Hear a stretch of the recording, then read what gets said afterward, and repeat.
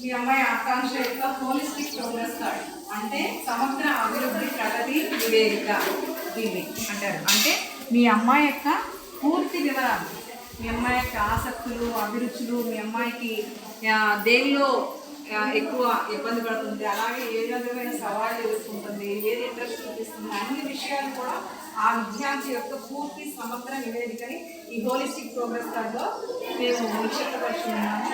దీనిలో ఫస్ట్ వచ్చి మొత్తం బేసిక్ డీటెయిల్స్ ఉంటాయి. దీనిలోనూ ఫస్ట్ పేజ్లో నెక్స్ట్ మీ అమ్మాయి ఏ నెలలో ఎన్ని వర్కింగ్ డేస్కి ఎన్ని ప్రజెంట్ డేస్ స్కూల్కి హాజరైందన్న విషయాన్ని ఇక్కడ.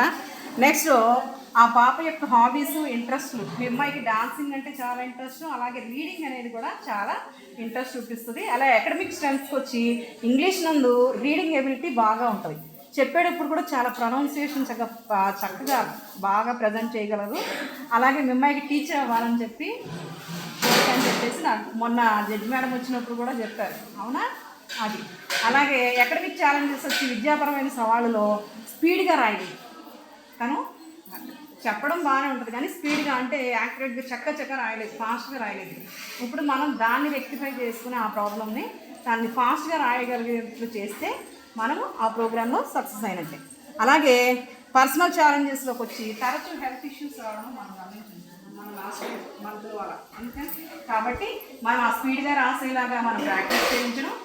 నెక్స్ట్ మేము మా పరంగా ఏమి ఇవ్వాలంటే హెల్త్ ఇష్యూస్ గురించి ఏఎన్ఎం గారితో కూడా మనం ఆ విషయాన్ని చర్చించాలి. ఓకేనా? నెక్స్ట్ వచ్చి ఆ అమ్మాయి యొక్క షార్ట్ టర్మ్ గోల్స్ వచ్చి హోంవర్క్ స్పీడ్గా రాసేలాగా చేయాలి. నువ్వే చెప్తూ ఉంటావు కదా, అంటే మనం అడిగినప్పుడు ఎక్కువ తొందరగా రాయదండి, చెప్తా రాయాలి, ఫాస్ట్ రాయాలి, ప్రాబ్లం రెక్టిఫై చేసుకుని సాల్వ్ చేయగలిగితే మనం సక్సెస్. అలాగే దీర్ఘకాలిక సమస్య వచ్చి కాబట్టి improve knowledge in all subjects. అన్ని సబ్జెక్ట్స్లో కూడా మన నాలెడ్జ్ ఇంప్రూవ్ చేసుకుంటే తను అనుకున్న గోల్ని రీచ్ అవ్వడానికి అవకాశం ఉంది. అలాగే ఇది FA1లో వచ్చిన మార్క్స్ FA2లో సాధించిన మార్కులు. అలాగే FA1లో తను A+లో ఉంది and excellent performance in all subjects. అన్ని సబ్జెక్ట్స్లో కూడా మంచి పెర్ఫార్మెన్స్ని కనపరిచింది. అలాగే FA2లో కూడా తను A+లోనే ఉంది. అంటే తను యాక్చువల్గా క్లాస్లో A+ స్టూడెంట్ కాబట్టి మనం ఇంకా నాలెడ్జ్ని ఇంప్రూవ్ చేసుకోగలిగితే తన లైఫ్లో మంచి గోల్ని, తను అనుకున్న గోల్ని తను రీచ్ అవ్వడానికి అవకాశం ఉంది అని చెప్పడానికి ఈ మార్క్స్. అలాగే వాల్యూస్ అండ్ లైఫ్ స్కిల్స్లో 35 మార్క్స్ని, ఆర్ట్స్ అండ్ కల్చరల్ ఎడ్యుకేషన్లో 40, కంప్యూటర్ అండ్ వర్క్ ఎడ్యుకేషన్లోకి వచ్చి 40, students performance in games, sports and yoga కూడా బాగానే చేస్తుంది, దానిలో 40 మార్క్స్ గెయిన్ చేసింది. గ్రేడ్స్ కూడా పక్కన ఇవ్వబడింది. ఓకేనా?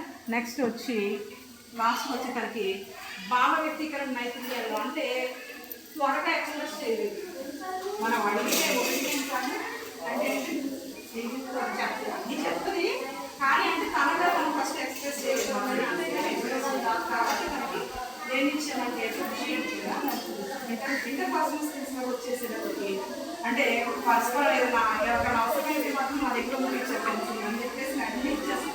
కాబట్టి తనకి దీనికి అడ్వాన్స్డ్గా లీడర్షిప్ స్కిల్స్లో వచ్చేటప్పటికి అంత ఎక్కువ అంటే నేను లీడర్గా ఉంటానని ముందు రాదు. కాబట్టి తనకి ఒక విషయంగా ఇలా ఒక్కొక్క కేటగిరీకి మార్క్స్ ఇస్తే తను వెరీ గుడ్ ప్లేస్లో ఉంది. ఓకేనా? ఓవరాల్గా తను A+ స్టూడెంట్. మీ అమ్మాయి ఇంకా బాగా చదివించింది, మంచి పొజిషన్లో మీ అమ్మాయి అనుకున్న గోల్ని రీచ్ అవ్వడానికి అవకాశం. ఓకేనమ్మా?